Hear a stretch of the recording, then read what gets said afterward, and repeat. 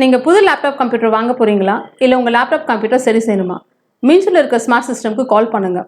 04427935803, mobile 9962194022.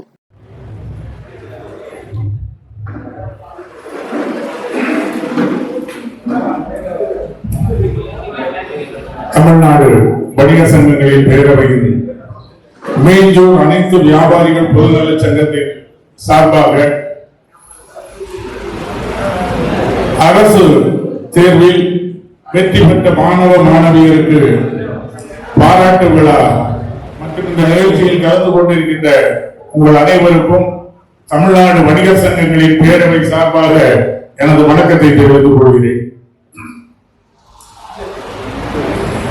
நண்பர்களே, இன்று அரசு பொதுத் தேர்வில் படித்து நல்ல மதிப்பெண் வாங்கிய மாணவ மாணவியருக்கு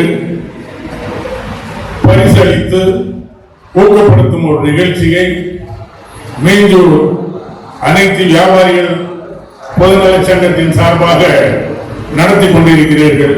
இதற்கு தமிழ்நாடு வணிக சங்கங்களின் பேரவை சார்பாக உங்கள் சங்கத்துக்கு என்னுடைய பாராட்டை தெரிவித்துக் கொள்கிறேன். பள்ளி குழந்தைகள் நல்லா படிச்சிருக்கீங்க, மார்க் வாங்கியிருக்கீங்க. உங்களுக்கு ஏன் பரிசு கொடுக்கிறோம்? உங்களை போன்ற உங்களுக்கு அடுத்த மதிப்பெண் பெற்ற மாணவர்களும் உங்களை போல் நன்றாக படிக்க வேண்டும், படித்து இதே போல் உதவி பெற வேண்டும். படிச்சு மார்க் வாங்கிட்டீங்க, இதனால சமூகத்துக்கு என்ன? பொதுவா ஸ்கூலுங்கிற வார்த்தைக்கு நீங்க எல்லாம் ஸ்கூல்ல படிச்சிருக்கீங்க, இப்போ அடுத்ததா கல்லூரிக்கு போறீங்க. ஸ்கூலுங்கிற வார்த்தைக்கு விரிவாக்கம் S for sincerely, C for courtesy, H for honest, O for orderly, O for obedient, L for learning. இவை அனைத்தும் சேர்ந்ததுதான் ஸ்கூலுங்கிற வார்த்தை. ஒரு பள்ளிக்கூடத்துல ஒரு மாணவன் மாணவி இவைகளை எல்லாம் ஒழுக்கமாக கற்றால் அந்த பிள்ளை நல்ல பிள்ளையாக சமூகத்தில் வளரும் வரும் என்பதற்காகத்தான் ஸ்கூல் என்ற பெயரே வைத்திருக்கிறார்கள். நீங்க இன்னைக்கு பரிசு வாங்கியிருக்கிறீங்க, வாழ்த்துக்கள். அதே நேரத்தில் உங்கள் கனவு இனிமேல் தான் தொடங்குகிறது. நீங்கள் 10th plus 2ல மார்க் வாங்கி அடுத்ததுதான் உங்கள் வாழ்க்கையில் நீங்க என்னவாக போக வேண்டும் என்பதை முடிவு செய்ய வேண்டும், கனவு காண வேண்டும். நீங்கள் கனவு காணும் பாதையில் விடாமுயற்சியோடு ஓட வேண்டும். வெற்றி பெற்றுவிட்டோம் என்று தேங்கிவிடக் கூடாது.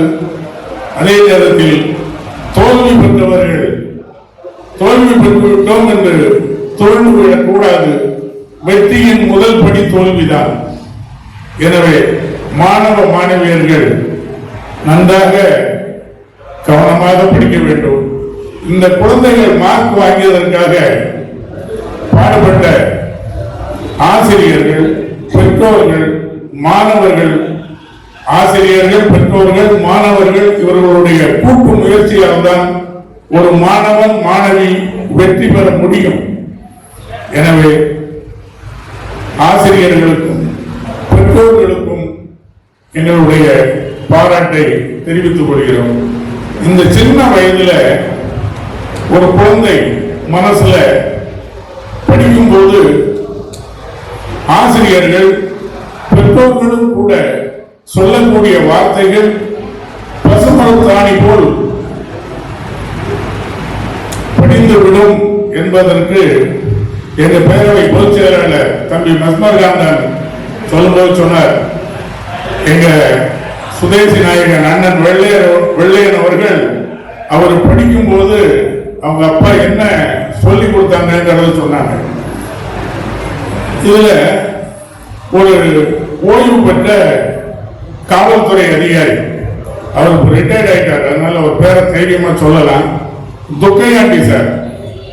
அவர்கிட்ட நான் அந்த பக்கம் போனா ஒரு அரை மணி நேரம் அவர் எந்த பிஸியா இருந்தாலும் பேசுவோம், அப்படிதான் பண்ணிட்டு இருக்கோம். என்னைய ஒரு தம்பியாகவே நடத்துவார்.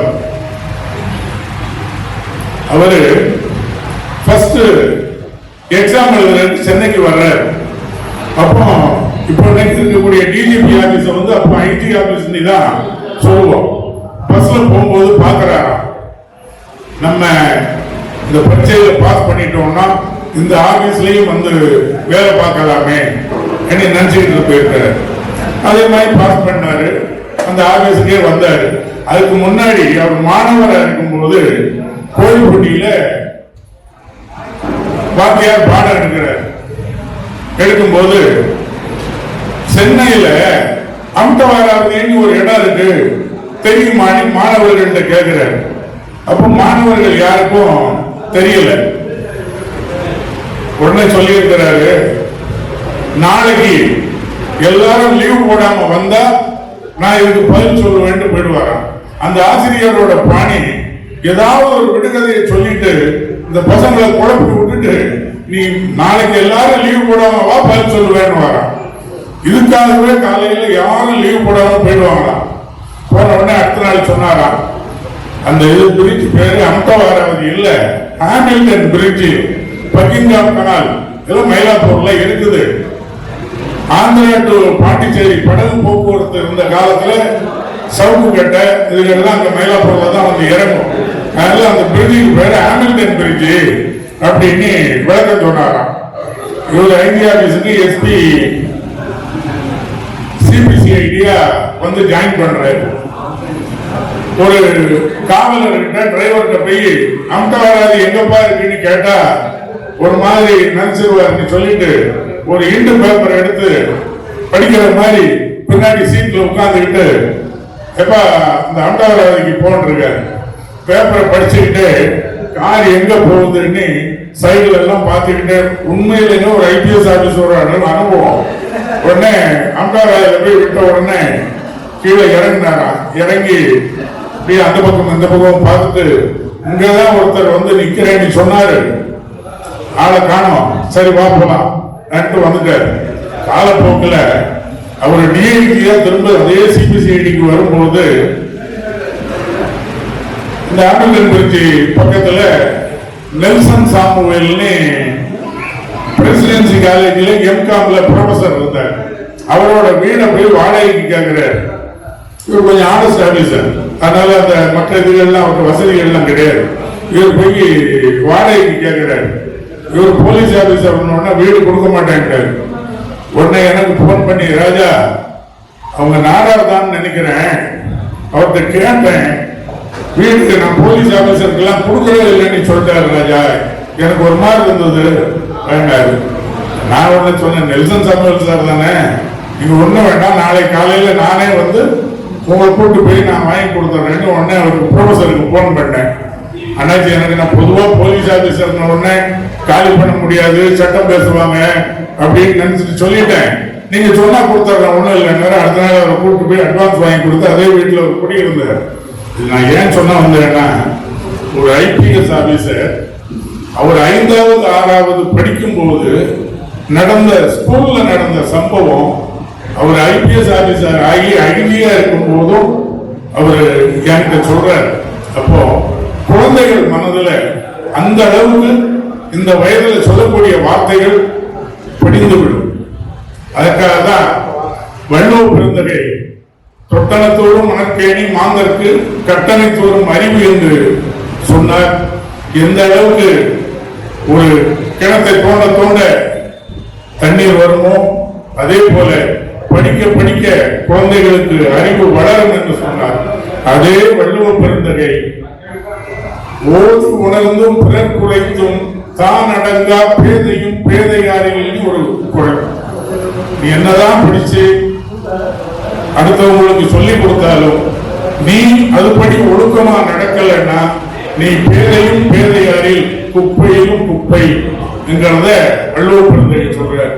அதனால படிக்கக்கூடிய பிள்ளைகள் படிப்பு மட்டும் முக்கியம் இல்லை, வாழ்க்கையில சாதனையாளர்களோட பின்னணியை பார்த்தீங்கன்னா புஸ்தக புத்தகப்புழுவாக படிப்பது மட்டும் சாதனையாளர்களாக வருவதில்லை. அவர்கள் சுற்றுப்புறம், மனிதாபிமானம், அடுத்தவர்களுடன் பழகும் விதம் அனைத்தும் சேர்ந்து நீங்களா வாழ்க்கையில பாடத்தை தவிர நிறைய வாழ்க்கை முறை இருக்கு. இவை அனைத்தையும் நன்றாக படித்து நீங்கள் வாழ்க்கையில் மென்மேலும் வெற்றி பெற வேண்டும். அதே நேரத்தில் இப்ப சார் சொன்னாங்க, மீஞ்சூர் காவல் ஆய்வாளர் அவருடைய சரகம், மீஞ்சூர் சரகம் குற்றம் நிகழாமல் இருக்க வேண்டும் என்பதற்காக